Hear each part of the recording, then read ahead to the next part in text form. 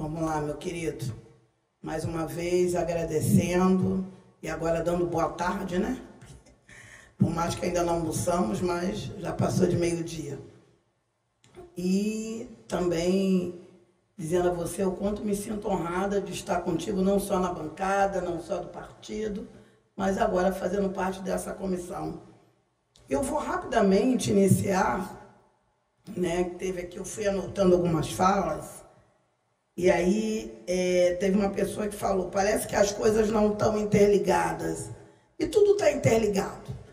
E eu vou colocar que quando eu chego nessa casa, eu cheguei agora, eu tomei posse no dia 2 de fevereiro. Aí, de imediato, eu lancei junto com outros 2 vereadores a Comissão Especial de Combate ao Racismo, para a gente estar falando do racismo existente dentro da cidade do Rio de Janeiro. E por que eu estou falando isso? Porque a comissão que agora eu estou fazendo parte, junto com meu parceiro Siri, que a gente vai tratar, né, do clima, da agricultura, está dentro disso, está dentro do racismo existente dessa cidade. Hoje a gente está nessa audiência pública. Eu escutei todos e agora ouvi por último também, né, o deputado estadual, meu parceiro também, não só de partido, que ele foi bem categórico nas coisas que ele falou. E quando a gente vai falar de agricultura urbana nessa cidade, a gente está falando diretamente para quem? A gente está falando de fome. Quem é que de fato está passando? Porque não é uma coisa que passou. Voltou absurdamente a fome tomar conta desse país e dessa cidade. Se alguém tinha dúvida disso em 2020, a gente viu aí na pandemia. Se tinha alguma dúvida.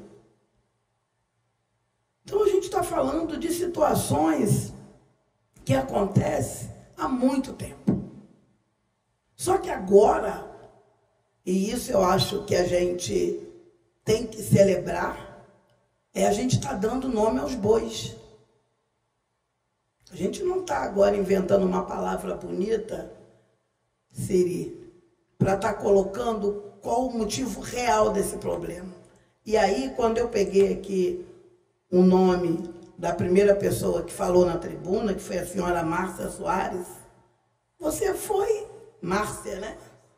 Ah, Maraci, desculpa. Foi brilhante em colocar que somos a maioria dessa população, mas que também somos a maioria que vivemos tudo isso. E que a fome e que não ter um alimento saudável nos leva a estar aí, ó, com esse SUS absurdo. Nos leva a uma situação de adoecimento, de empobrecimento, de desemprego. A gente vê a quantidade dos nossos de não terem trabalho. Então a gente está falando de fomento ao trabalho. A gente está falando real de estar botando o dedo nessa ferida e dar alimento saudável para quem de fato produz. O que vocês colocaram aqui foi brilhante. Agora o poder público não vê assim. Não acha isso. Adorei quando o Flávio colocou, pelo menos não atrapalhe, né? Já estava de bom tamanho se o poder público não atrapalhar, já que não quer fazer. Mas além dele fazer, ele atrapalha quem faz. Então, assim, o nosso papel aqui, né, não só enquanto parlamentares dessa casa, né, é estar, de fato, fazendo o que o Siri promoveu, chamando essa audiência, ouvindo vocês que estão na ponta, para a gente estar junto, fomentando essas situações absurdas e colocando o direito que não só vocês, mas todos nós temos de ter vida digna, de fato, de não querer viver sob o poder do racismo. Não deixar o que acontece quando a gente fala de racismo ambiental, que nas favelas, quando chove, se morre. A chuva na favela mata. Não só alaga como alaga em outros lugares. Ela mata pessoas. E que tipo de pessoas ela mata? Então é sobre isso. Então a gente está aqui dentro dessa casa, onde temos que estar, falando sobre essas situações, que é o nosso direito, mas que não queremos mais viver dessa forma. Que temos condições absolutas de viver diferente. Que o alimento saudável é para todos. A agricultura urbana é possível manter. Não só nas feiras, mas dentro das escolas públicas. Já devia ter ido, já está indo tarde fazer parte da merenda das crianças. Então é sobre isso que a gente fala e que a gente vai brigar aqui dentro. Sobre essas pessoas estar podendo viver disso. Para que de verdade a gente consiga diminuir o desemprego. Que o plano diretor se faça valer. Que as leis saiam do papel e vão para a prática. Porque lei bonitinha em papel a gente já está de saco cheio. Não dá mais para nós. Então, assim, terminando a minha fala, é colocar para vocês que a importância da gente estar falando e da gente estar mostrando.